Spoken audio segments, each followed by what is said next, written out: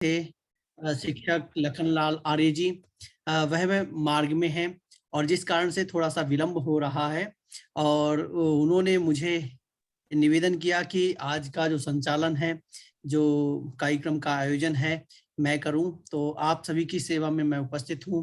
मैं शिवदेव आर्य आप सभी का अभिनंदन करता हूं, हार्दिक स्वागत करता हूं। जैसा कि शिवदेव आप जी को मेरा भी नमस्ते। कल शिवदेव जी आपने बहुत सुंदर कार्यक्रम संपादित किया, तकनीकी रूप से गड़ गई जो नींव में उन पत्थरों को याद कर दो जो नहीं देते दिखाई। तो आप पर्दे के पीछे जो काम करते हैं वो प्रशंसनीय है। बहुत बहुत बहुत आभार सभी का, सभी सज्जनों का। आप जैसा कि जानते हैं कि हम प्रति सप्ताह प्रत्येक दिवस हम कुछ ना कुछ कार्यक्रम आयोजित करते रहते हैं। उसी श्रृंखला में कुछ दिनों से हमारा रामायण, जो कि आप जानते हैं आदि काव्य है, रामायण की कथा ऐसा प्राय संपूर्ण भारतवर्ष में ऐसा कोई ही व्यक्ति होगा जो रामायण के नाम से परिचित ना हो, अर्थात सभी लोग रामायण के नाम से सुपरिचित हैं और वह हमारा आदि काव्य है। हमें उसमें अपने जीवन को किस प्रकार से जीना है, इस तरीके की, इस प्रकार की सभी संपूर्ण सामग्री, संपूर्ण जानकारियां हमें रामायण के माध्यम से प्राप्त होती हैं। तो उसी रामायण का संगीतमय रूप हमारे भवदेव शास्त्री जी पिछले 8 नवंबर से आज अद्यावधि पर्यंत संचालित कर रहे हैं, हमें उत्साहित कर रहे हैं, हमें उद्बोधित कर रहे हैं। तो आप सभी इस कार्यक्रम में जुड़े हुए हैं। यह कार्यक्रम फेसबुक पर भी संचालित कर दिया गया है। मैं यहाँ पर आचार्य जी जुड़ चुके हैं जो कि गुरुकुल झज्जर के स्नातक हैं और वह आज हमारे कार्यक्रम में जुड़ चुके हैं। वह आज हमें आशीर्वाद अपना प्रदान करेंगे। तो आचार्य जी जुड़ गए हो तो मैंने आपको को होस्ट बना दिया है।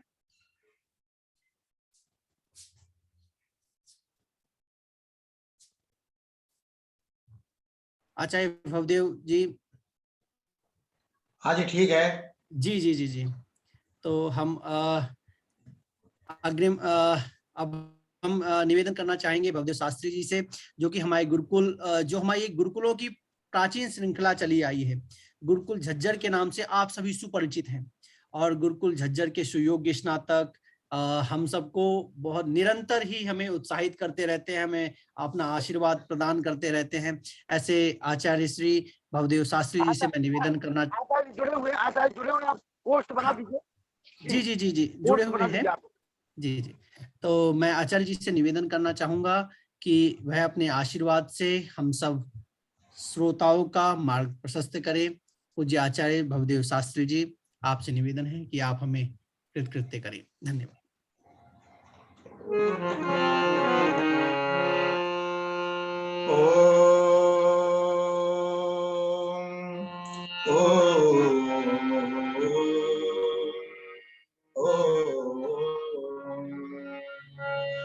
यो भूतं च भव्यं च सर्वं यस्याधितिष्ठति स्वर्यस्य च केवलं तस्मै ज्येष्ठाय ब्रह्मणे नमः। तस्मै ज्येष्ठाय ब्रह्मणे नमः। ओ सर्वेश्वर सकल सुखदाता शुद्ध स्वरूप विधाता है, जिसके कष्ट नष्ट हो जाते जो दिव्याता। सारे दुर्गुण दुर्व्यसनों से हमको नाथ बचा लीजिए। मंगलमय गुण कर्म पदार्थ प्रेम सिंधु हमको। मंगलमय गुण कर्म पदार्थ प्रेम सिंधु हमको। सभी इस श्री राम कथा में उपस्थित धर्म प्रेमी सज्जनों, आर्य समाज मेहरोनी के प्रधान जी आदरणीय श्री पुरुषोत्तम जी, आर्य समाज मेहरोनी के मंत्री एवं इस कार्यक्रम के जो पिछले कई दिनों से महीनों से संचालन कर रहे हैं आदरणीय श्री लखनलाल जी आर्य, और आज इस कार्यक्रम का संचालन कर रहे आदरणीय भाई श्री शिवदत्त जी आर्य, समस्त धर्म प्रेमी सज्जनों, वंदनीय माताओं बहनों, हम पिछले 8 नवंबर से श्री राम कथा का श्रवण हम कर रहे हैं और भगवान राम के उस पावन चरित्र का वर्णन हम सुनकर के अपने आप को हम धन्य महसूस करते हैं कि एक ऐसे महामानव हमारे इस भारत में उत्पन्न हुए, भारतवर्ष में आए, जिन्होंने अपने कार्यों से, अपने व्यवहार से, अपने आचरण से हम सबको शिक्षित किया, हम सबको मार्गदर्शन प्रदान किया। सज्जनों, भगवान राम का जीवन हम सबके लिए प्रेरणादायक जीवन है। और एक विद्वान ने एक बात कही थी जो मुझे अच्छी लगी, वो मैं आपको सामने निवेदन करूं। उन्होंने कहा कि भगवान राम की विशेषता ये नहीं है कि भगवान राम ने रावण को मारा। भगवान राम की विशेषता ये नहीं है कि केवल रावण को मार दिया तो हम उनका इतना सम्मान कर रहे हैं। कोई भी व्यक्ति, चाहे वो कमजोर है, गरीब है, अमीर है, यदि उसकी पत्नी का हरण होता है, उसकी पत्नी को कोई उठाकर ले जाता है, पत्नी के साथ दुर्व्यवहार करता है, तो निश्चित रूप से वो व्यक्ति अपनी शक्ति और सामर्थ्य के अनुसार उसका मुकाबला करेगा, उसका प्रतिरोध करेगा। तो राम ने अपनी पत्नी को छुड़ाने के लिए जो प्रयास किया, रावण का वध किया, ये उनकी वीरता का प्रतीक है। ये वो वीर थे, क्षत्रिय थे। लेकिन राम का जो सम्मान होता है, राम का जो हम बड़े श्रद्धा के साथ नाम लेते हैं, वो इसलिए लेते हैं कि राम जो है वो मर्यादा पुरुषोत्तम, मर्यादित उनका जीवन है। उनको मर्यादा पुरुषोत्तम कहा गया है, पुरुषों में उत्तम, और उनका जीवन मर्यादित जीवन है। एक तरफ आप कल्पना कीजिए, जिस व्यक्ति को, जिसको पूरे देश की नहीं पूरे विश्व की गद्दी पर बिठाया जा रहा हो, अयोध्या उस समय पूरे भूमंडल का शासन करता था, तो उस अयोध्या की राजगद्दी पर भगवान राम बैठने वाले हैं, लेकिन एक ही क्षण के अंदर उनसे वो राजगद्दी छीन ली जाती है और कह दिया जाता है आपको 14 वर्ष के लिए वन में जाना है। महर्षि वाल्मीकि लिखते हैं, न वनम गंतु कामस्य तयतस्य वसुंधराम, कि जब उनको अयोध्या का राज्य मिलने वाला था उस समय, और जब उन्होंने अयोध्या का राज्य छोड़ दिया, जब उनको वन में जाना था उस समय, राम के चेहरे पर कहीं पर भी सिकन तक नहीं थी। आहूतस्य अभिषेकाय विसृष्टस्य वनायसे नमया लक्षतस्य श्लेषोपि आकार विभ्रमे। वशिष्ठ देख रहे राम के चेहरे को कि अरे राम, जहां इसे अयोध्या का अधिपति बनना था, राजा बनना था, सम्राट बनना था, एक क्षण के अंदर ही इनको वन में जाना पड़ रहा है। लेकिन राम के चेहरे पर कहीं सजनों सिकन तक नहीं आई। राम माता कौशल्या से कहते कि मां, मेरे को वन का राजा बनाया है पिताजी ने। वहां पर भी उन्होंने नकारात्मकता अपने जीवन में लेकर के नहीं आए। उन्होंने ये नहीं कहा कि मैं जंगल में जाऊंगा, मैं क्या खाऊंगा, कैसे रहूंगा, मेरे लिए वहां व्यवस्था कैसी होगी, इस महल को छोड़ करके कैसे जाऊंगा, नहीं, वन का राज्य मुझे मिला है। कहते मेरा सौभाग्य है वन में जाना। अरे वन में जब पिताजी वन में जाना चाहते थे, हमारे सभी पूर्वज वन में जाना अपना सौभाग्य समझते थे। वन में जाने का अर्थ है ऋषि मुनियों का सानिध्य प्राप्त होगा, ज्ञान की प्राप्ति होगी, तपस्या करूंगा, साधना करूंगा, ये वन में जाने के लाभ है। तो राम ने कहा जो लाभ मुझे वृद्धावस्था में मिलने थे वो मुझे युवावस्था में ही मिल रहे हैं, इससे बड़ा सौभाग्य और मेरे लिए क्या होगा। आप सोचिए, एक क्षण के लिए भी राम के जीवन में कहीं नकारात्मकता नहीं है। प्रतिकूल से प्रतिकूल परिस्थिति में भी वो अनुकूलता ढूंढ रहे हैं। वन में जाऊंगा, आज का कोई व्यक्ति होगा, अरे जंगल में जाऊंगा, कहाँ खाऊंगा, कैसे रहूंगा, क्या पीऊंगा, कोई मार देगा तो कोई उठा ले जाएगा, तो अनेक प्रकार की समस्या, वो 50 समस्याएं सामने लेकर के आ जाता है।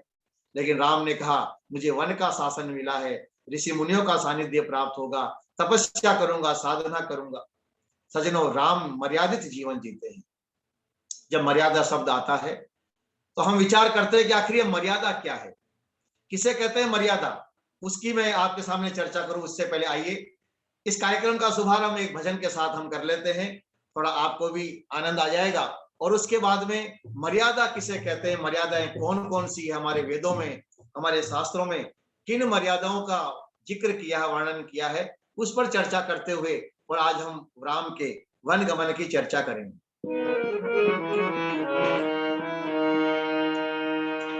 त्रेता में राम न होते, त्रेता में राम न होते, द्वापर घनश्याम न होते, त्रेता में राम न होते, द्वापर घनश्याम न होते, यदि चारों वेद न होते, जगत कल्याण न होता, जगत कल्याण न होता, जगत कल्याण न होता, जगत कल्याण न होता।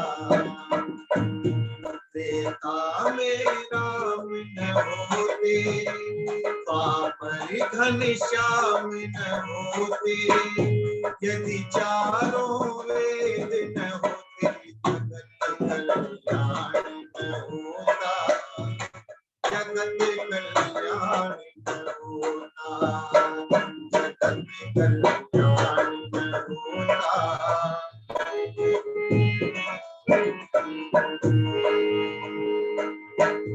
यदि राम सिया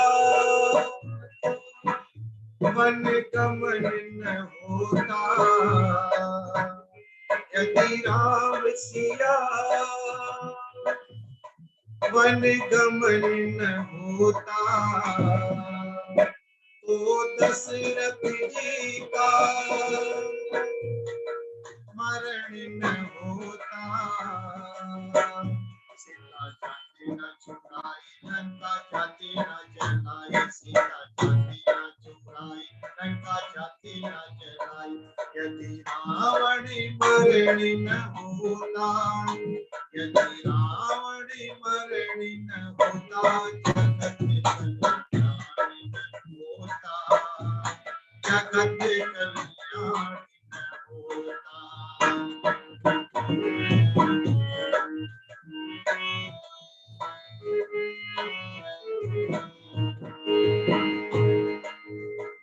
यदि अर्जुन के समय कृष्ण न होते, तोरण दुर्योधन हारे न होते, राजधानी नहीं जाता, सरिता जी नहीं जाता, नहीं जाता, सरिता जी नहीं जाता, यदि गीता ज्ञान न होता, गीता ज्ञान न होता, जगत कल्याण न होता, जगत कल्याण न होता, जगत कल्याण न होता।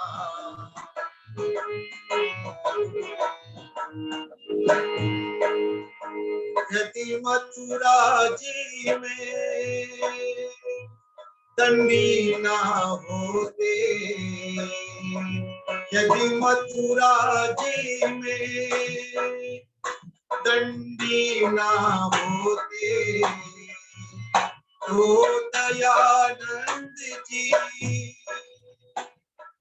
वहाँ न होते, पढ़ाता कौन, यज्ञ रचाता कौन, वेद पढ़ाता कौन, यज्ञ रचाता कौन, यदि सत्यार्थी प्रकाश न होता, सत्यार्थी प्रकाश न होता, जगत कल्याण न होता, जगत कल्याण न होता, जगत कल्याण न होता, जगत कल्याण न होता। त्रेता में राम न होते, द्वापर घनश्याम न होते, यदि चारों वेद न होते, जगत कल्याण न होता, जगत कल्याण न होता, जगत कल्याण न होता। त्रेता में राम न होते, द्वापर घनश्याम न होते, यदि चारों वेद न होते तो जगत कल्याण न होता। हम सबका ये सौभाग्य, हम भारतवासियों का, कि ऐसे ऐसी महान आत्माओं ने हमारे देश में जन्म लेकर के हमारी संस्कृति को आगे बढ़ाया, हमारी मर्यादा को, हमारे धर्म को आगे बढ़ाया। सज्जनों, राम मर्यादा पुरुषोत्तम कहलाते हैं। आखिर ये मर्यादाएं है क्या? जैसे गंगा नदी जब अपने स्थान पर बहती है तो सब उसकी पूजा करते हैं, सब कहते हैं गंगा माँ है, गंगा माँ है। और जब वही गंगा नदी अपने किनारों का त्याग करके, अपनी सीमाओं का उल्लंघन करके जब वो शहर में आ जाती है, गांव में आ जाती है, बाढ़ आ जाए, मकानों को डुबो देती है, पशु और मनुष्य बह जाते हैं, तब यही कहते हैं, अरे गंगा ने तो हमें बर्बाद कर दिया। सज्जनों, मर्यादा है हमारी सीमा, कि हम अपनी सीमा से बाहर न निकले।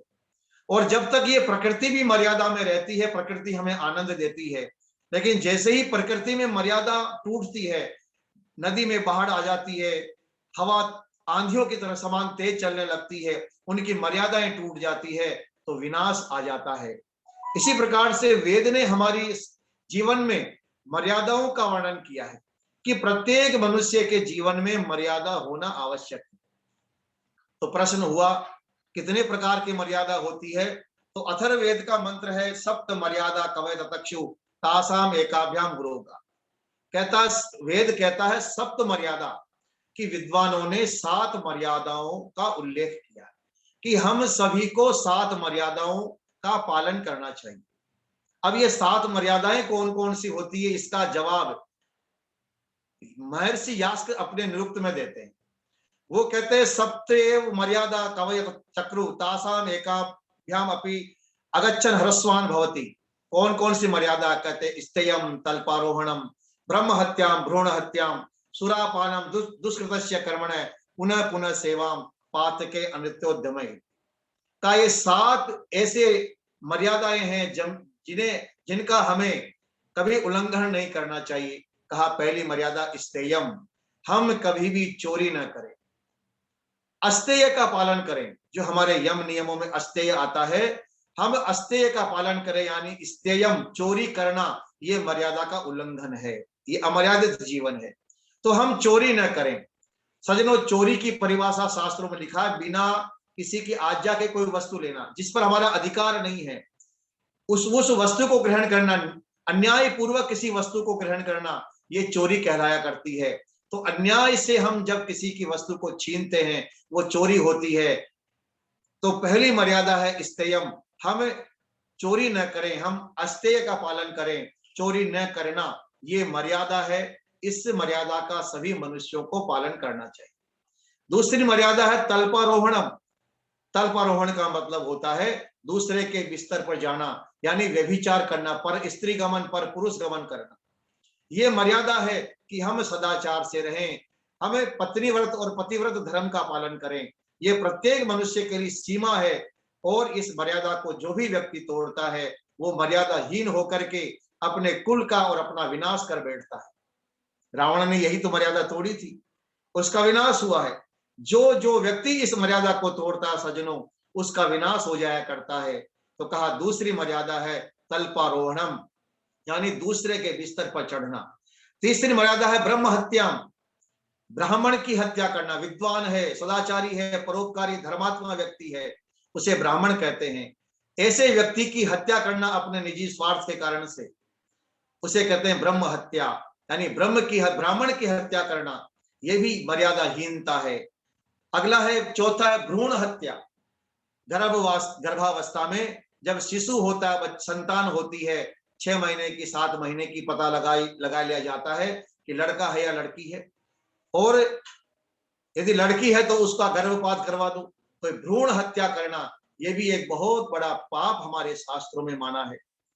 अगला है सुरापानम, शराब पीना, क्योंकि शराब पीने से शराब अंदर अकल बाहर, बुद्धि लुम्पत्य द्रव्यम मदकार्य तद उच्यते। जो नशा होता है, शराब होती है, वो हमारी बुद्धि का, विवेक का नाश कर देती है। तो कहते हैं इस शराब का कभी भी सेवन नहीं करना चाहिए। और अगला है दुष्कृतस्य कर्मण्य पुनः पुनः सेवा।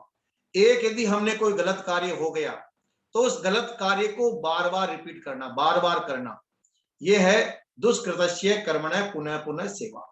एक बुरे काम को हमने गलती से कर लिया या जानबूझ करके कर लिया, तो एक गलत काम हुआ, उसको बार बार हम करते हैं, ये मर्यादाहीनता है। और अंतिम है पातके अनृतोद्यम। पातक यानी पाप करके, अनृत यानी असत्य भाषण करना। पाप हो गया तो भी उस पाप को छुपाने के लिए झूठ पर झूठ, झूठ पर झूठ बोलना, क्योंकि जब व्यक्ति सत्य बोलता है तो सत्य हमेशा एक होता है, लेकिन जब झूठ बोलता है तो उस एक झूठ को छुपाने के लिए उसे अनेक झूठ बोलने पड़ते हैं। तो पाप भी कर लिया और पाप करके फिर झूठ भी बोल रहा है। तो ये हमारे शास्त्रों ने 7 मर्यादाएं हमारे जीवन में बताई है कि हमें इन 7 मर्यादाओं का पालन करना है। चोरी न करना, व्यभिचार न करना, किसी की ब्राह्मण की हत्या न करना, शराब न पीना और व्यभिचार न करना, भ्रूण हत्या न करना, किसी कार्य को बार बार बुरा काम न करना और झूठ न बोलना। ये जो मर्यादा है हमारे जीवन में है, और हमारे शास्त्र कहते हैं जो इन मर्यादाओं का उल्लंघन करता है, इनमें से एक भी मर्यादा को हमने जीवन में तोड़ दिया, तो सज्जनों कहता है वेद, उस व्यक्ति का विनाश आ जाता है। राम यहाँ मर्यादा पुरुषोत्तम है, मर्यादा का पालन कर रहे हैं। अपनी माता पिता की आज्ञा का पालन करना ये मर्यादा है। अभिवादनशील से नित्यम वृद्धोपसेवी। हमारे यहाँ मातृदेवो भव पितृदेवो भव की हमारे यहाँ कल्पना है। हमारे यहाँ पर शास्त्रों में इसका वर्णन है कि उपनिषद कहते हैं कि माता देवता होती है, पिता देवता होता है, और मातृमान पितृमान आचार्यवान पुरुषों वेदे तीनों गुरु हैं। हमें इनकी आज्ञा का पालन करना चाहिए। राम अपने पिता के वचनों की रक्षा के लिए, और माँ भी चाहती है, कैकेयी भी चाहती है, तो माँ की भी आज्ञा का पालन हो जाए और पिता के भी वचनों की रक्षा हो जाए। इस निमित्त राम वन में जाने के लिए तैयार हो जाते हैं। सीता भी तैयार हो जाती है। लक्ष्मण भी कहता है मैं तो आपकी छाया हूं, मैं तो आपके साथ ही चलूंगा। सज्जनों, लक्ष्मण भी तैयार हो जाता है, और लक्ष्मण तैयार होकर के अपनी माँ सुमित्रा के पास जाता। कहा माता जी, भैया राम वन में जा रहे हैं, आपको पता है, तो मैं भी उन भैया के साथ में वन जाना चाहता हूं, मैं आपसे आदेश लेने आया हूं। सुमित्रा ने कहा मैं आदेश देने वाली कौन होती?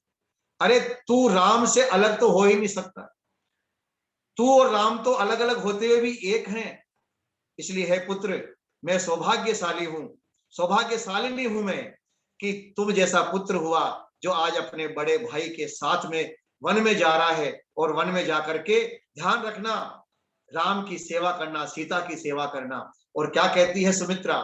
सुमित्रा, राम दूसरी माँ के पुत्र हैं, सुमित्रा लक्ष्मण दूसरी माँ है, लेकिन देखो कैसा परिवार है। अरे जब संकट आया परिवार पर, सारा परिवार एक हो जाता है। रामायण हमें सिखाती है कि परिवार में कैसे रहना चाहिए। रामायण सिखाती है कि हमें हमारा व्यवहार, हमारा जो सामाजिक व्यवहार है, पारिवारिक व्यवहार है, वो कैसा होना चाहिए। भाई भाई के लिए त्याग कर रहा है, भाई भाई के लिए समर्पण कर रहा है। सुमित्रा अपनी सोच कौशल्या के पुत्र के लिए अपने बेटे को कह रही कि जाओ अयोध्याम अटवीं विद्धि, रामम दशरथम विद्धि, माम विद्धि जनकात्मजाम, अयोध्याम अटवीं विद्धि गच्छतात यथा सुखम। कि हे लक्ष्मण, तुम वन में जा रहे हो तो वन को ही अयोध्या समझना, वहां पर मैं नहीं रहूंगी, लेकिन सीता तुम्हारी भाभी है, और तुम अपनी सीता को, भाभी को सुमित्रा समझना, अपनी माँ के समान समझना। और अयोध्या रामम दशरथम विद्धि, और राम को तुम दशरथ समझना, क्योंकि हमारे यहाँ कहा जाता ज्येष्ठ भ्राता पितु सम।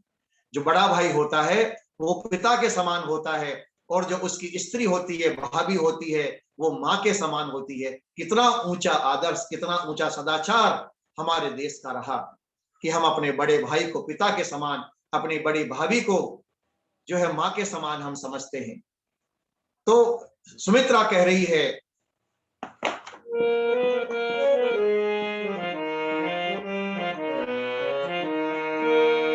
जो पितु कहे वो जाई वन ताता, जो पितु कहे वो जाई वन ताता, तो जन जाओ जान परिमाता, जो जन जाओ जान तात तुम्हारी विदेही दात तुम्हारी, मात विदेही पिता राम सब भांति स्नेही, पिता राम सब भांति स्नेही।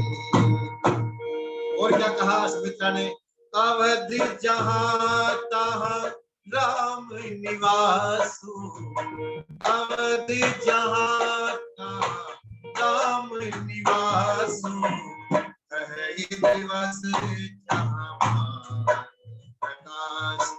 दिन वही है जहाँ सूर्य होता है, जहाँ सूर्य उदय हो जाता है वहीं पर दिन हो जाता है, जहाँ राम है वहीं पर अयोध्या है। हे लक्ष्मण, हे तात, सुखी पूर्व सुख से वन में जाओ, तुम अपने भाई की, अपने भाभी की अच्छी प्रकार से सेवा करना, कोई शिकायत नहीं आनी चाहिए, किसी प्रकार का कोई मेरे नाम पर कलंक न लगे, तुम रात दिन जाग करके दोनों की सेवा करना। और सज्जनों, तीनों ही पिता दशरथ के पास में जाते हैं, दशरथ से आशीर्वाद लेते हैं।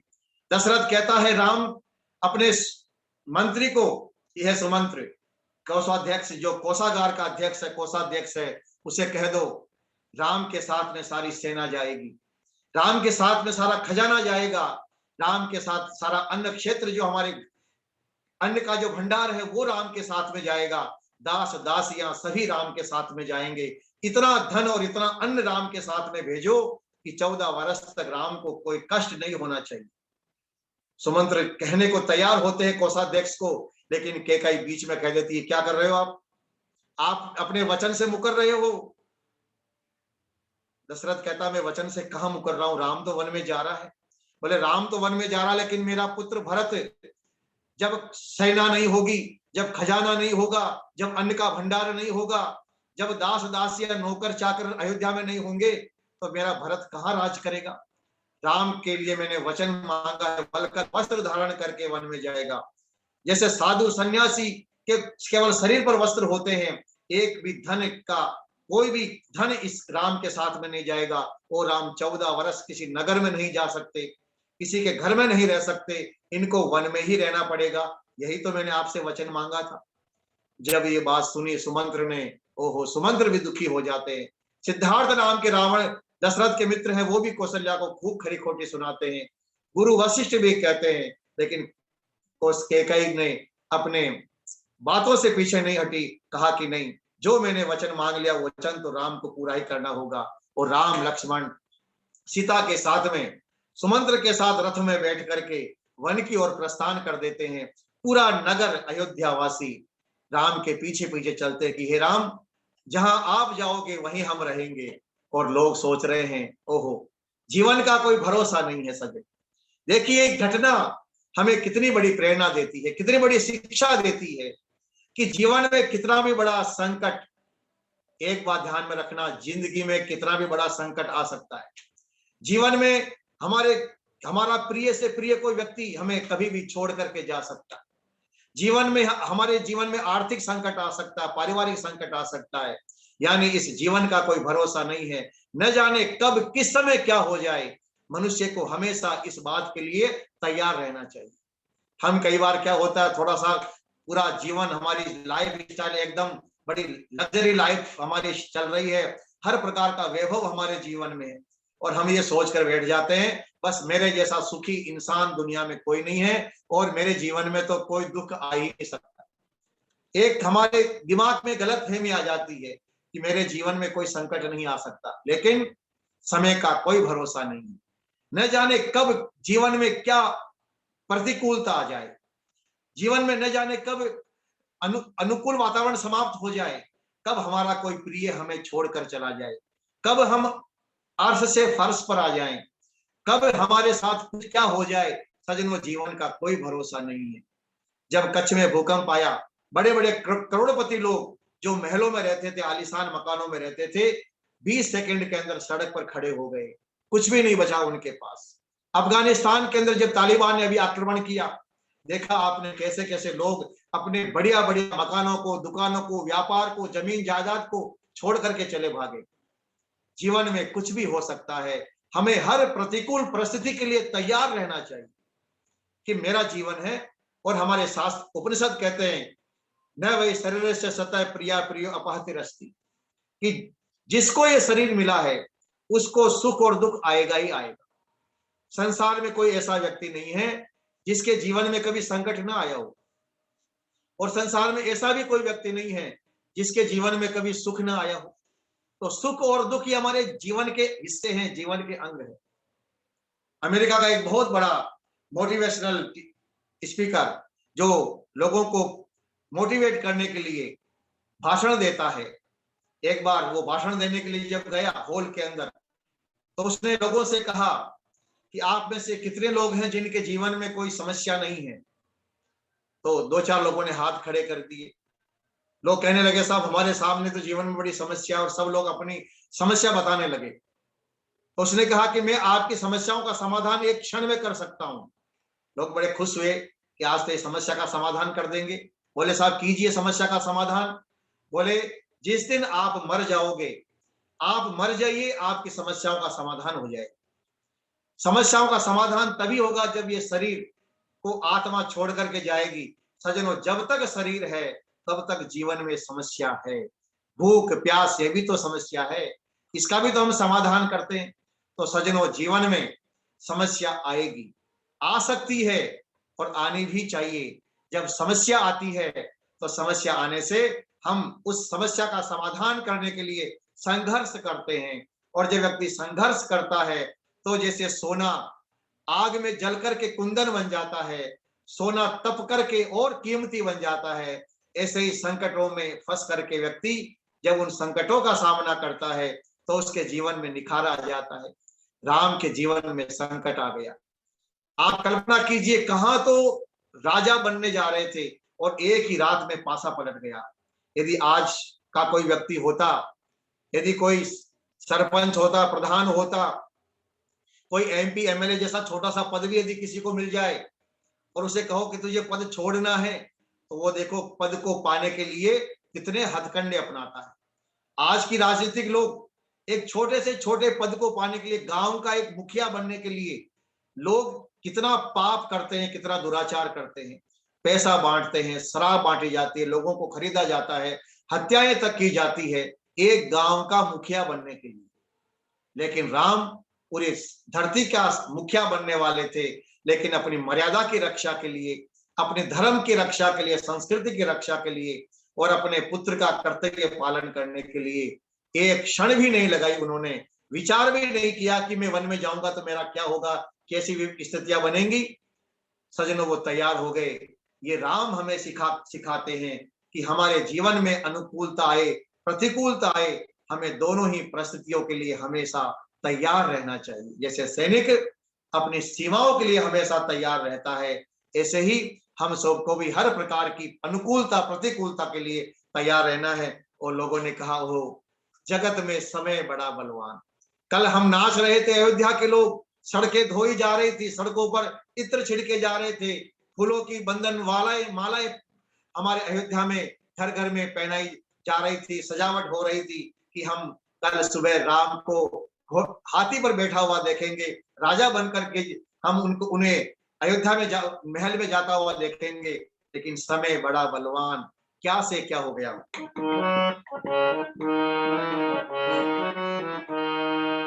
जगत में समय बड़ा बलवान, जगत में समय बड़ा बलवान, जगत में समय बड़ा बलवान। सबके सर पर राज करे, चाहे निर्धन या धनवान, जगत में समय बड़ा बलवान, जगत में समय बड़ा बलवान। पल में राज पलट जाते हैं, तख्त और ताज उलट जाते हैं, पल में राज पलट जाते हैं, तख्त और ताज उलट जाते हैं, घटने वाले बढ़ जाते हैं, बढ़ने वाले घट जाते हैं। पल में क्या से क्या हो जाए, हर कोई हैरान, जगत में समय बड़ा बलवान, जगत में समय बड़ा बलवान। सबके सर पर राज करे, चाहे निर्धन या धनवान।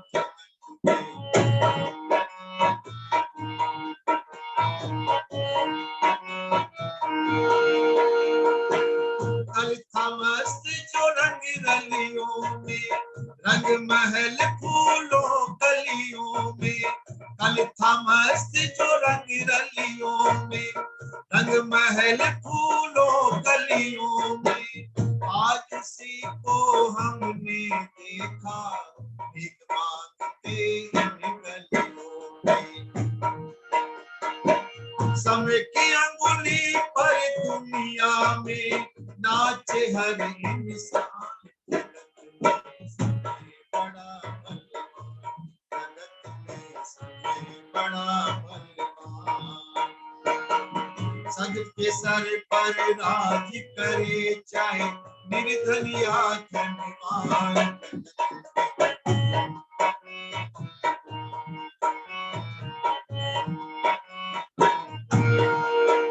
और समय की बड़ी विचित्रता देखिए आप। एक समय खुशियां लाता है, एक समय खुशियां लाता है। मानव हंसता मुस्काता है, एक समय ऐसा आता है, दिल का बाग उजड़ जाता है। पल में आंसू बन बैठी है चेहरे की मुस्कान। जगत में समय बड़ा बलवान, जगत में समय बड़ा बलवान। सबके सर पर राज करे, चाहे निर्धन या धनवान। जगत में समय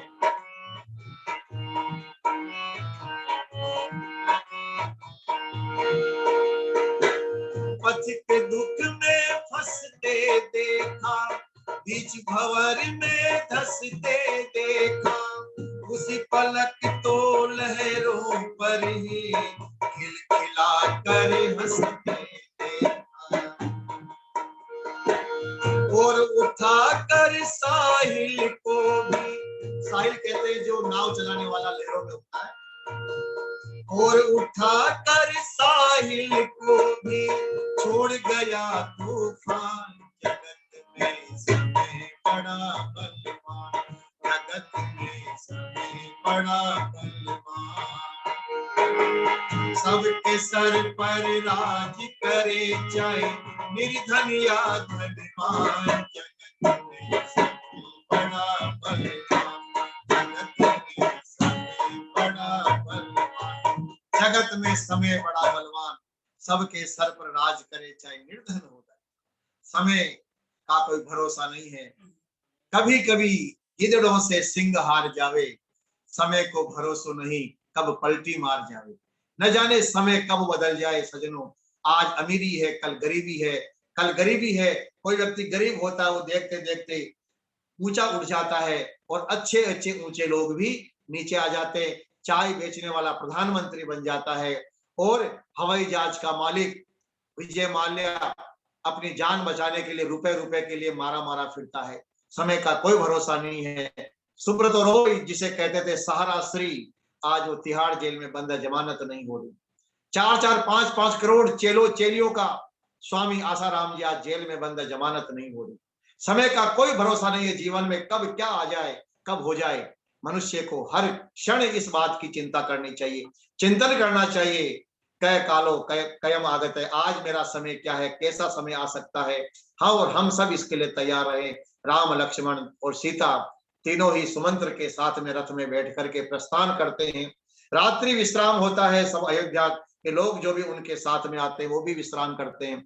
लेकिन प्रातः काल हुआ, थोड़ा जल्दी उठ गए, और राम ने सुमंत्र से कहा कि अयोध्यावासी यदि हमारे साथ में जाएंगे तो व्यवस्था नहीं रहेगी और ये परेशान हो जाएंगे। आप रथ को इस प्रकार से चलाइए कि रथ का जो पहिए के निशान है, उन पहियों के निशान को अयोध्यावासी पहचान न सके।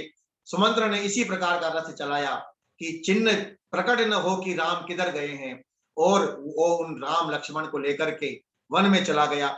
जब वन में गए तीनों, तो वहां आगे पता चला निषाद राज गुह को, निषाद राज गुहे जो राजा था, निषादों का राजा था, उसको पता लगा कि मेरे प्रिय सखा मित्र राम आए हैं। ये जो निषाद था ये राम का मित्र था, राम का सखा था। जब पता चला निषाद राज को, तो वो अपने मंत्रियों के साथ में बैठा हुआ था।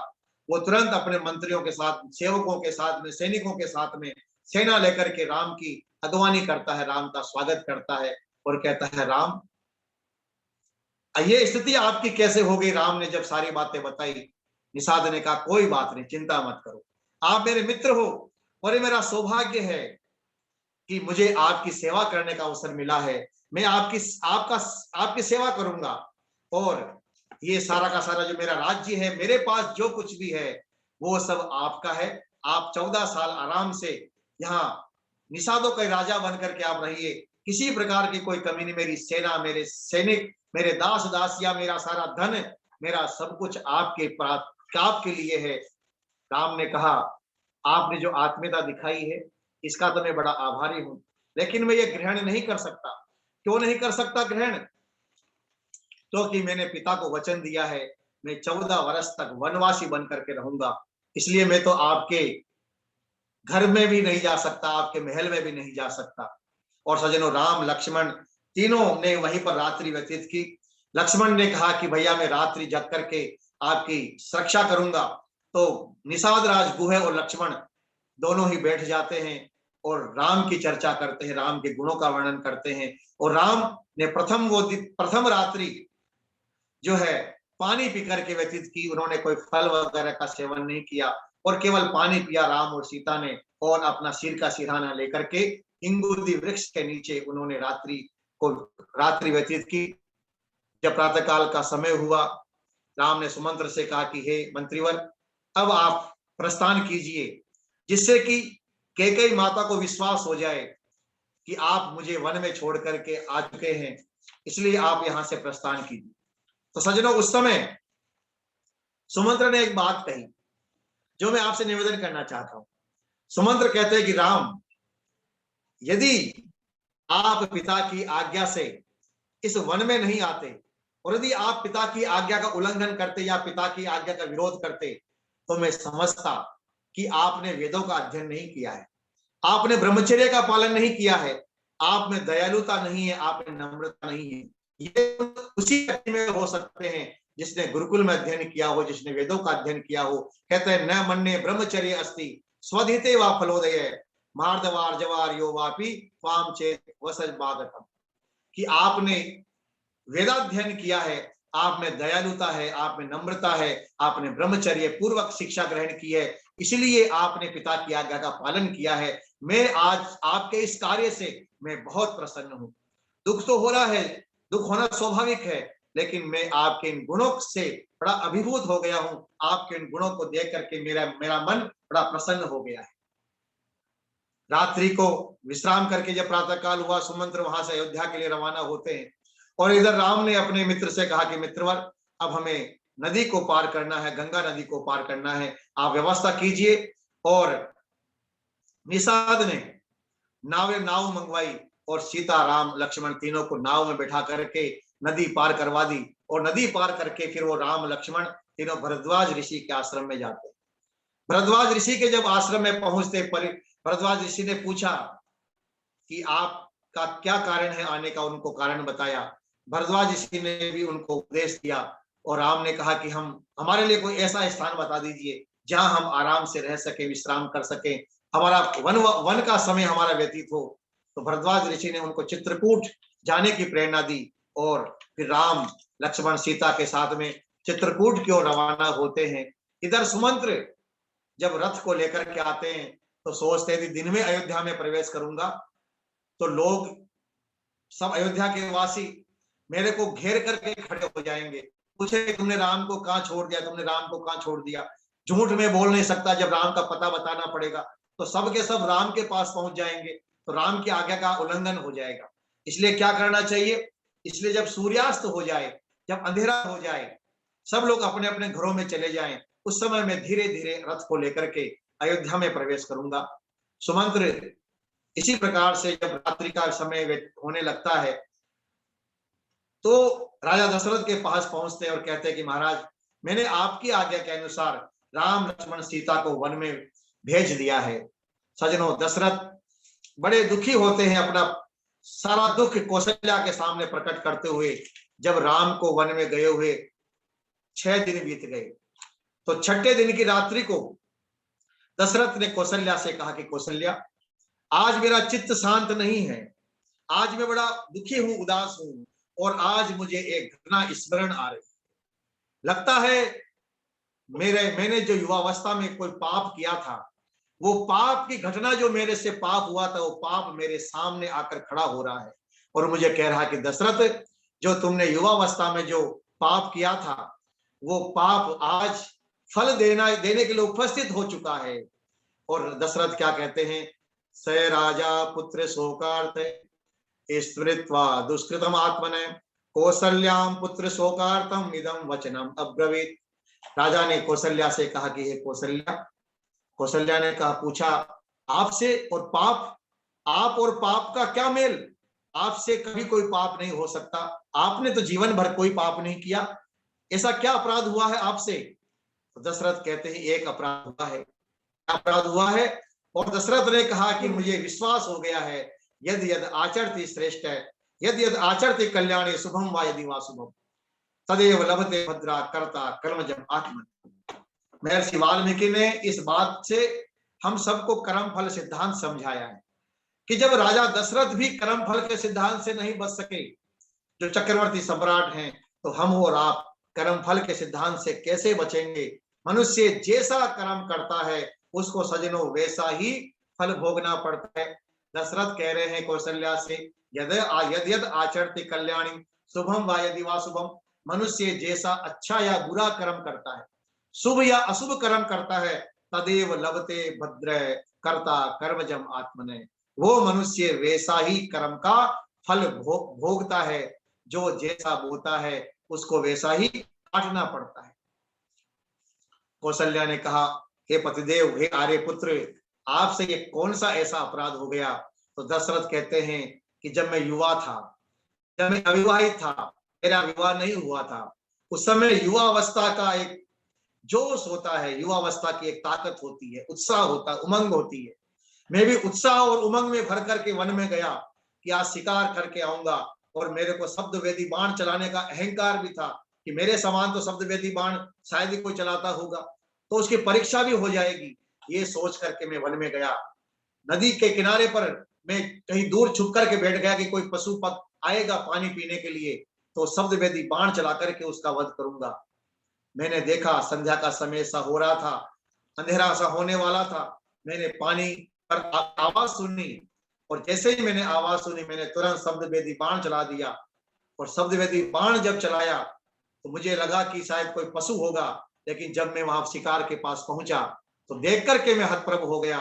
मेरे पैरों तले जमीन खिसक गई कि एक ब्राह्मण कुमार जिसके सीने में तीर लगा है और वो तड़प तड़प करके रो रहा है और कह रहा है, मैंने क्या अपराध किया, आपने मुझे क्यों मारा, मेरे अंधे माता पिता का अब क्या होगा, कौन उनकी सेवा करेगा?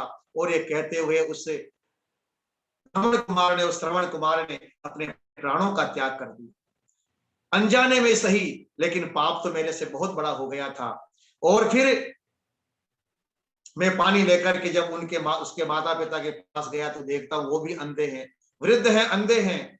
और उन्होंने जब मेरे से कहा कि श्रवण कुमार पानी लेकर के आ गए हो, तो मैंने कहा मैं श्रवण कुमार नहीं हूं, मैं क्षत्रिय कुमार हूं, मेरा नाम दशरथ है।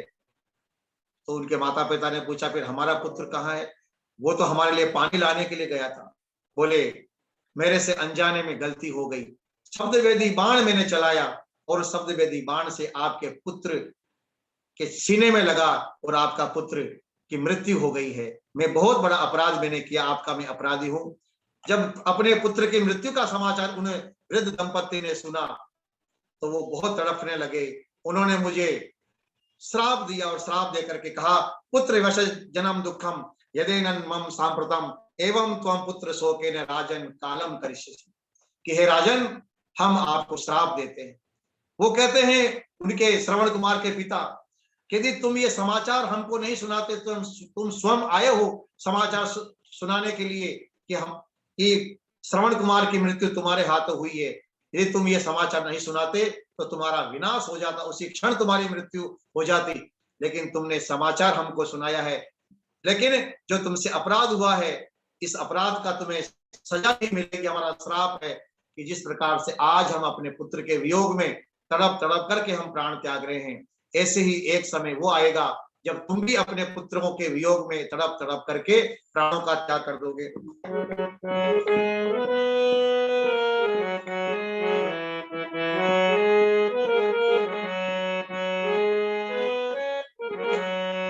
श्रवण मारे गए सरयू की तराई माँ, नीर की भराई माँ हो राम।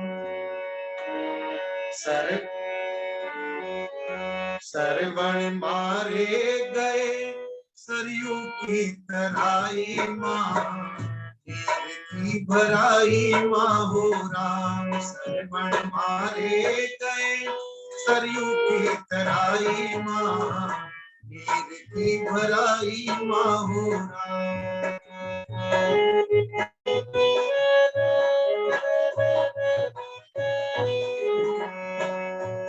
बोले मात पिता ये वाणी, लाओ थोड़ा ठंडा पानी। बोले मात पिता ये वाणी, लाओ थोड़ा ठंडा पानी।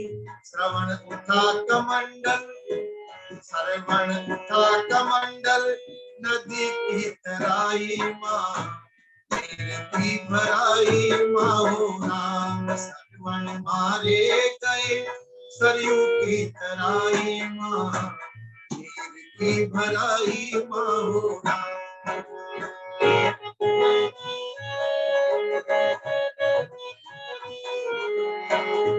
श्रवण भरने लगे जब नीर, मारा दशरथ ने तब तीर। श्रवण भरने लगे जब नीर, मारा दशरथ ने तब तीर। श्रवण धर गिरे हैं सरयू की तराई माँ, नीर की भराई माँ हो राम। श्रवण मारे गए सरयू की तराई माँ, नीर की भराई माँ हो राम।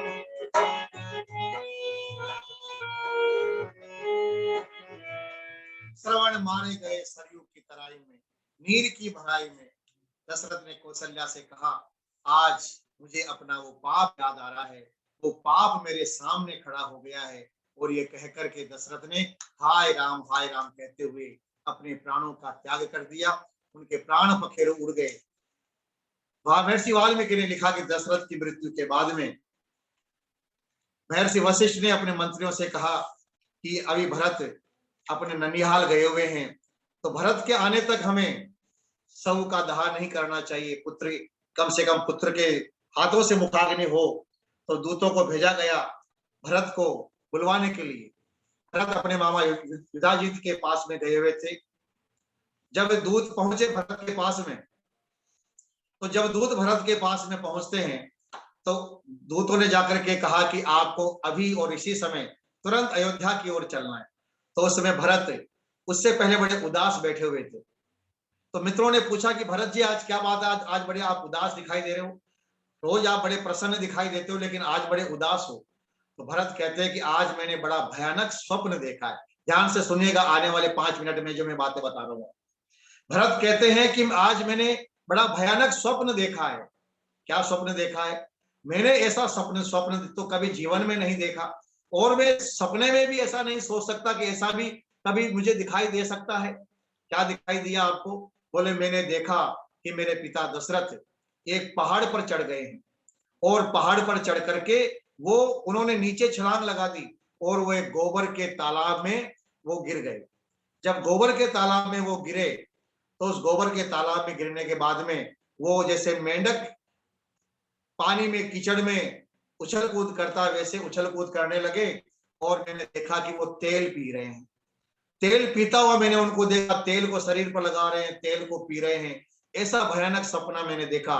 और मैंने देखा कि धरती जो है, समुद्र सूख गया है, चंद्रमा नीचे गिर गया है।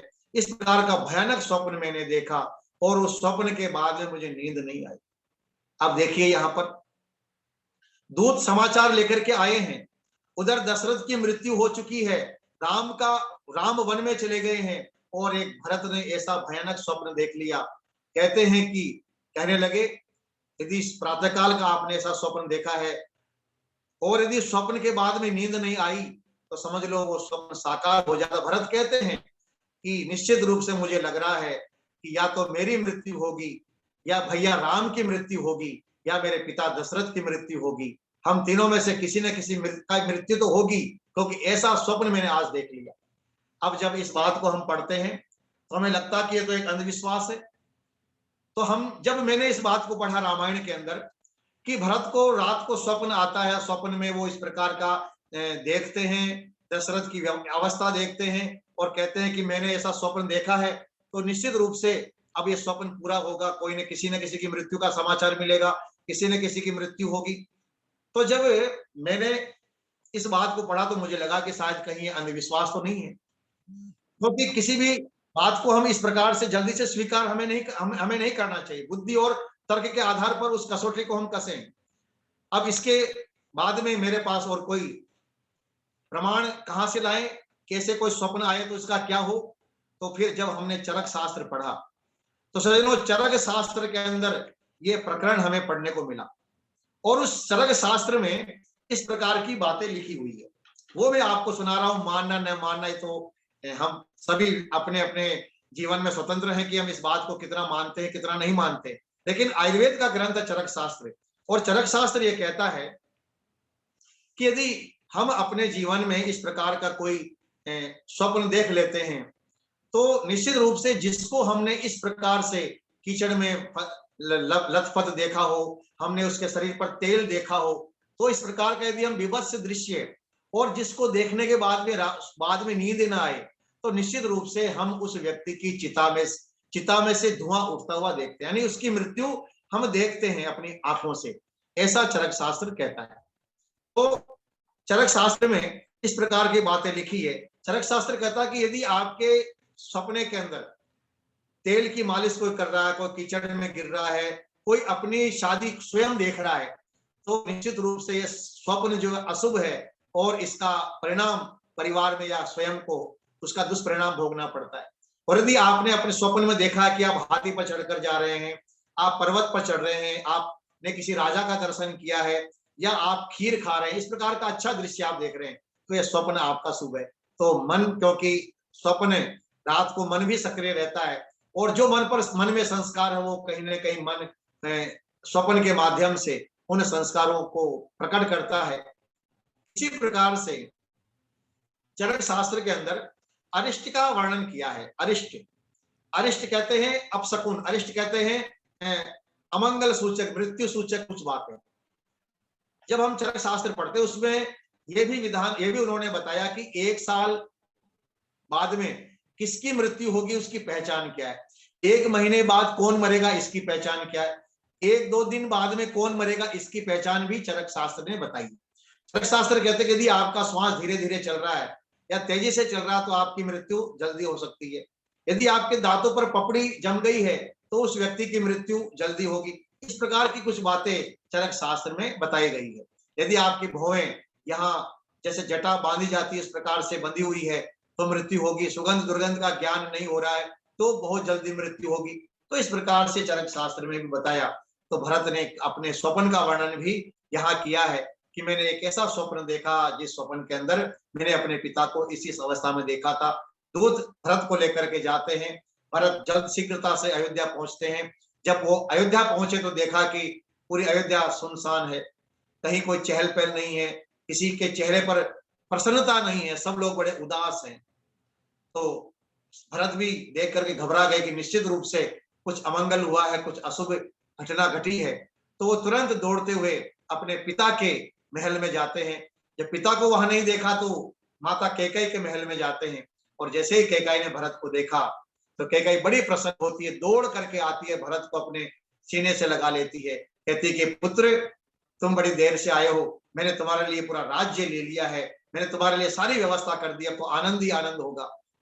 जीवन हमारा खुशियों से भर जाएगा। भरत ने कहा कि माता, पिताजी दिखाई नहीं दे रहे, पिताजी तो हमेशा आपके पास रहते हैं, आज पिताजी कहाँ हैं, मैं पिताजी से मिलना चाहता हूँ। तो कैकेयी ने कहा कि हे पुत्र, तुम्हारे पिता तो वहां गए जहां हमारे पूर्वज गए हैं, तुम्हारे पिता की मृत्यु हो गई है। तो बड़ा दुख हुआ भरत को। भरत ने कहा कि मेरा पिता दुर्भाग्यशाली हूं कि पिता के अंतिम समय में मैं पिता के पास नहीं रहा। मेरा भाई राम, मेरा लक्ष्मण कितना सौभाग्यशाली है कि कम से कम अंतिम समय में उनको पिता की सेवा करने का अवसर मिला। भरत ने पूछा माता से कि माता जी, पिताजी ने अंतिम शब्द क्या कहे थे, वो मुझे बताइए आप। क्या मेरा नाम लिया था अंतिम समय में? कैकेयी ने कहा कि पुत्र, तुम्हारा नाम नहीं लिया था, उन्होंने अंतिम शब्द कहे थे, हे राम, हे लक्ष्मण, हे सीते। बोले हे राम, हे लक्ष्मण, हे सीते, वो तो वहीं पर थे, पिताजी की सेवा कर रहे थे, फिर उनका नाम क्यों लिया? बोले नहीं पुत्र, राम और लक्ष्मण, सीता तीनों वन में चले गए हैं। बोले वन में क्यों गए? तो कैकेयी ने सारी बातें बताई कि मैंने तुम्हारे लिए 2 वर मांगे हैं, तुमको निष्कंटक राज्य तुम्हें प्राप्त हो, इसलिए तुम राजा बनो, इसलिए तुम्हारे लिए राज्य सिंहासन मैंने मांगा है, और तुम्हारे राज्य में किसी प्रकार का कोई रोड़ा न अटकाए। तो मैंने राम को भी 14 वर्ष के लिए वन में भेज दिया, और वो मूर्ख लक्ष्मण भी चला गया, सीता भी चली गई। अब ये अयोध्या का राज्य तुम्हारे सामने है, तुम निष्कंटक इस राज्य को स्वीकार करो। जब भरत ने सुना तो सज्जनों, भरत मर्यादित जीवन जीने वाला था, भरत धर्मात्मा था, लेकिन उस समय भरत को बहुत क्रोध आया और अपनी उस माता से भी वो कुल घातनी, कुल कलंकिनी जैसे शब्दों का प्रयोग करता है, माता को डांटता है और रोता है भरत। और जब रोते हुए कहा मैं माता कौशल्या के पास में जाता हूं, तो जैसे ही माता कौशल्या के पास में जाने को लगता है, माता कौशल्या को भी पता लग गया भरत आ चुका है। कहती है सुमित्रा से कि सुमित्रा, लगता है कैकेयी का पुत्र भरत आ चुका, चलो उससे मिलने के लिए चलते हैं। कौशल्या और सुमित्रा दोनों ही भरत की तरफ आने लगते हैं, भरत भी उधर से आ रहा है, दोनों का मिलन होता। भरत ने कौशल्या के पांव पकड़ लिए, पांव छुए। कौशल्या ने कहा भरत, जिस राज्य को पाने के लिए तुम्हारी माँ ने मेरे पुत्र को वन में भेज दिया, अब तुम इस वन के, इस अयोध्या के तुम राजा बनो, तुम्हारे लिए, तुमको राज्य मुबारक हो मेरे पुत्र, तुम्हें राज्य की बधाई हो। भरत कहता कि हे माँ, ऐसी बात मुझे मत कहो, मैं राज्य नहीं चाहता, मैं स्वप्न में भी इस प्रकार का नहीं सोच सकता कि मैं भाई राम को वन में भेजूं और यहाँ अयोध्या का राजा बनूं। सज्जनों, उस समय भरत ने बहुत बड़ी बात कही। भरत कहता कि हे माँ, मैं प्रतिज्ञा करता हूं, मैं शपथ पूर्वक आपसे कहता हूं कि यदि इस राम को वन में भेजने में मेरा हाथ हो, तो मुझे वो पाप लगे जो पाप बैठी हुई गाय को लात मारने पर किसी व्यक्ति को लगता है। उसने कुछ पापों का जिक्र किया है, और महर्षि वाल्मीकि ने भरत के माध्यम से हमको यह समझाया है कि संसार में कितने प्रकार के पाप होते हैं। वो कहता है भरत कि मुझे वो पाप लगे कि जो पाप व्यक्ति नौकर से काम करा करके, नौकर को तनख्वाह नहीं देता, नौकर को पैसा नहीं देता है, उस व्यक्ति को वो जो पाप लगता है वही पाप मुझे लगे। मुझे वो पाप लगे जो राजा अपने प्रजा से टैक्स लेकर के प्रजा की रक्षा नहीं करता है, उस राजा को जो पाप लगता है वही पाप मुझे लगे। मुझे वो पाप लगे कि जो यज्ञ करने वाले को दक्षिणा नहीं देता, जो पंडित को, ब्राह्मण को यज्ञ करा करके दक्षिणा नहीं देता है, उस व्यक्ति को वो जो पाप लगता है वही पाप मुझे लगे। जो माता पिता गुरु को कुवाच्य बोलता है, वही उसको जो पाप लगता है वही पाप मुझे लगे। इस प्रकार से बहुत सारे पापों का वर्णन भरत ने किया। बहुत लंबा विषय है, मैं आपको आगे ले जाना चाहता हूं। सज्जनों, जब राजा दशरथ की मृत्यु हुई, तो राजा दशरथ की मृत्यु के लगभग 15 दिन बाद में उनका अंतिम संस्कार हुआ, क्योंकि 6-7 दिन दूत को भरत के पास जाने में लग गए और 6-7 दिन उनको आने में लग गए। लगभग 15 दिन बाद में राजा दशरथ का अंतिम संस्कार होता है। इतने दिनों तक सबको सुरक्षित रखा गया, बॉडी को सुरक्षित रखा गया। अब आप समझ सकते हैं उस समय ऐसी क्या टेक्नोलॉजी रही होगी। महर्षि वाल्मीकि लिखते हैं कि तेल, एक विशेष तेल के अंदर, औषधीय तेल के अंदर उस शव को रखा गया था। यानी उस समय भी इस प्रकार के शव को सुरक्षित रखने की टेक्नोलॉजी हमारे देश में थी। यहां से हमें पता लगता कि उस समय भी कितना विज्ञान था कि शरीर खराब न हो, इस शरीर को सुरक्षित कैसे रखा जाए, इसका भी एक प्रकार, एक वैज्ञानिक प्रकार उस समय रामायण के समय में उपलब्ध था। भरत ने अपने पिता का अंतिम संस्कार किया। जब अंतिम संस्कार हो गया तो सारे दरबारी, सारे मंत्री, गुरु वशिष्ठ आदि सब भरत जी के पास में आए, कहा भरत, ये राज्य तुम्हारे लिए है, तुम्हारे लिए राम वन में गए इस राज्य को पाने के लिए, अब तुम इस राज्य को संभालो, क्योंकि जिस देश का कोई राजा नहीं होता है उस देश का विनाश हो जाया कर। कहते हैं जिस देश का कोई सम्राट नहीं होता, राजा नहीं होता, उस देश पर शत्रु आक्रमण करते हैं, उस देश में समय पर वर्षा नहीं होती है, टैक्स नहीं दिए देते हैं, और लोगों में जो है मर्यादाहीनता आ जाती है, दुराचार आ जाते हैं, लोग जो है राष्ट्र देशद्रोही हो जाते हैं, देश के प्रति अनेक प्रकार के समस्याएं हो जाती है। इस प्रकार से जब कहा कि देश में अराजकता हो जाएगी, इसलिए आप इस देश के राजा बनिए, अयोध्या के राजा बनिए। भरत ने कहा सभी अपने मंत्रियों से कि मैं, आपने ये सोच भी कैसे लिया कि मैं अयोध्या का राजा बन जाऊंगा?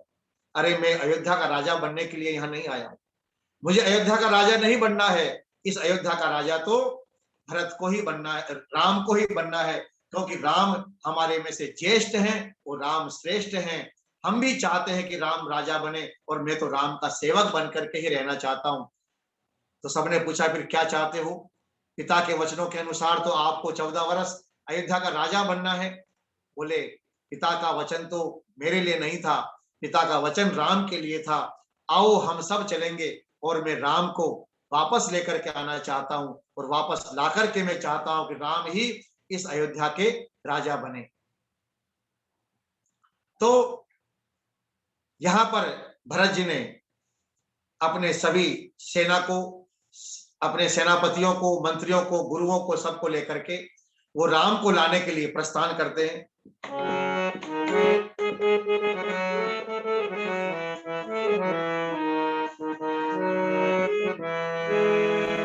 भरत चले चित्रकूट रामा,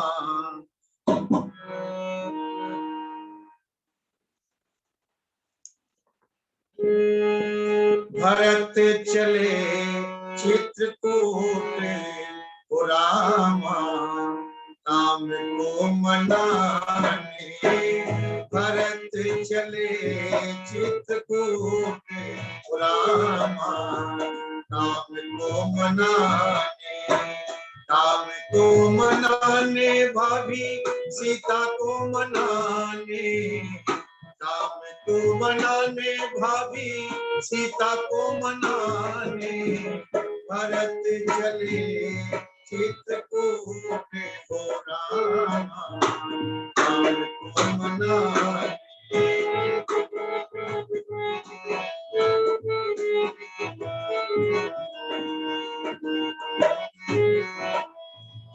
तन पुलकित अति सजल नयन भरे। तन पुलकित अति सजल नयन भरे।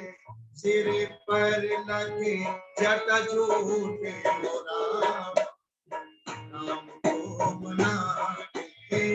भरत चले चित्रकूट राम, राम को मनाने।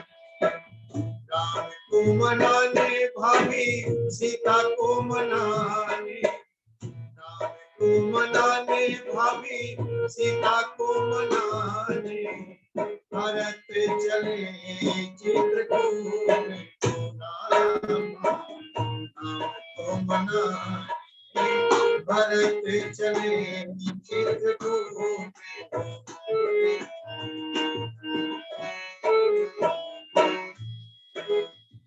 चन बिलकत छन प्रेम मगन मन।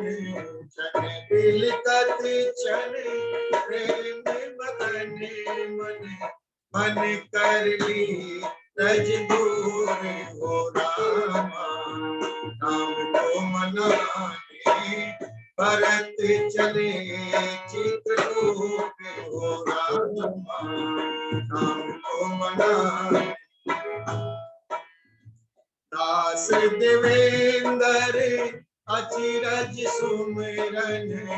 दास देवेंद्र अचिरज सुमिरन लाभ जन्म कर लो नाम को मनाए भरत चले चित हो राम नाम को मनाए नाम को मनाए नाम को मनाए। भरत चले चित्रकूट, भरत चित्रकूट को प्रस्थान करते हैं क्योंकि अब समय हो चुका है और समय की अपनी सीमा है। इसलिए कल राम और भरत का आपस में मिलाप और उस समय राम और भरत के बीच जो वार्ता हुई है वो राजनीति की बहुत बड़ी शिक्षा हमें देती है। राम ने जो प्रश्न भरत से पूछे, राम भरत ने जो उनका जवाब दिया, वो हम सभी के लिए बहुत ही शिक्षाप्रद जो जानकारी आपको मिलेगी। और उसके बाद में शत्रुघ्न का राम के पास आना, उसका भी हम वर्णन आपके सामने करेंगे। तो आप सभी कल पुनः सही 8 बजे इसी जूम ऐप के माध्यम से आप जुड़े और अपने अधिक से अधिक परिचितों को भी जोड़ें। आप सभी का बहुत बहुत आभार, बहुत बहुत धन्यवाद।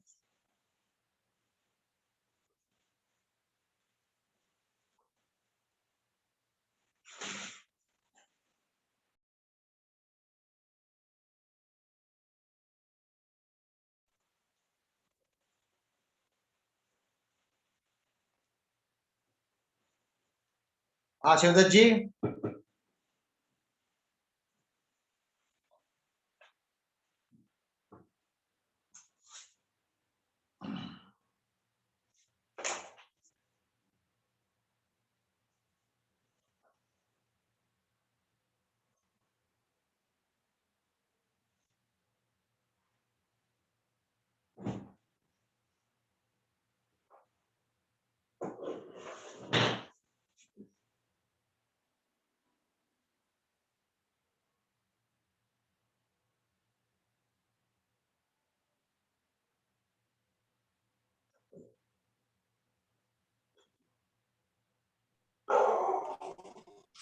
ओम जी।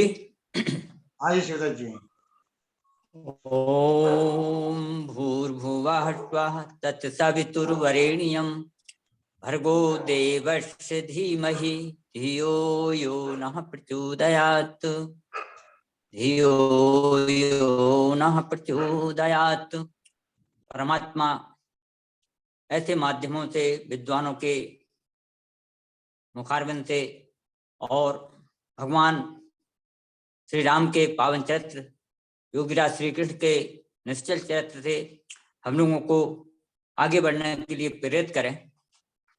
सभी महानुभाव आज संगीतमय भगवान राम की कथा जो हमारे आचार्य भवदीप शास्त्री जी के द्वारा हम लोगों ने सुनी है, सरल उद्बोधन और मर्म स्पर्शी जो आपकी शैली है उससे सभी लोग प्रभावित हो रहे हैं। हम सब धन्यवाद के पात्र हैं। हमारा दायित्व बनता है हम समय से जुड़ करके ऐसे कार्यक्रमों को, ऐसी कथाओं को अपने विद्वानों के माध्यम से सुनते रहें। समय हो चुका है हमारा और सबके लिए साधुवाद। क्योंकि लखनलाल जी बाहर हैं, मैं समझता हूं कि हम सबके लिए एक प्रेरणाप्रद संदेश जो है वो मिल रहा है। इसको हम सब लोग स्वीकार करें और आगामी कल का जो समय बताया है उसको समय से जोड़ करके इन कथाओं का आनंद लें, वास्तविकता को समझें। शांति पाठ करेंगे। ओम देव शांतिरंतरिक्षं शांति पृथ्वी शांतिरापः शांतिरोषधयः शांतिः वनस्पतयः शांतिर्विश्वदेवाः शांतिर्ब्रह्म शांतिः सर्वं शांति शांतिरेव शांतिः सामा शांतिरेधि। ओम शांति शांति शांति। ओम सभी के लिए सादर नमस्ते और कल का समय का विशेष ध्यान दें और भाग को अपने आत्मीयता से स्वीकार करते हुए श्रवण करें। शुभ रात्रि, मंगलमय।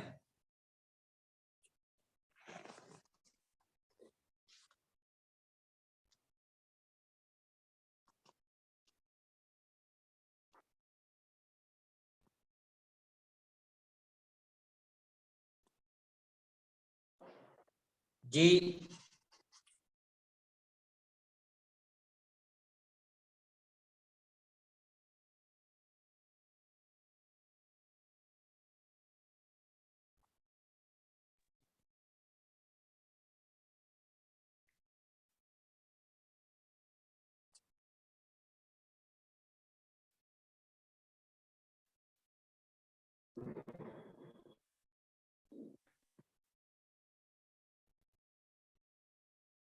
शिवदेव जी, आप आवाज सुन रहे हैं हमारी?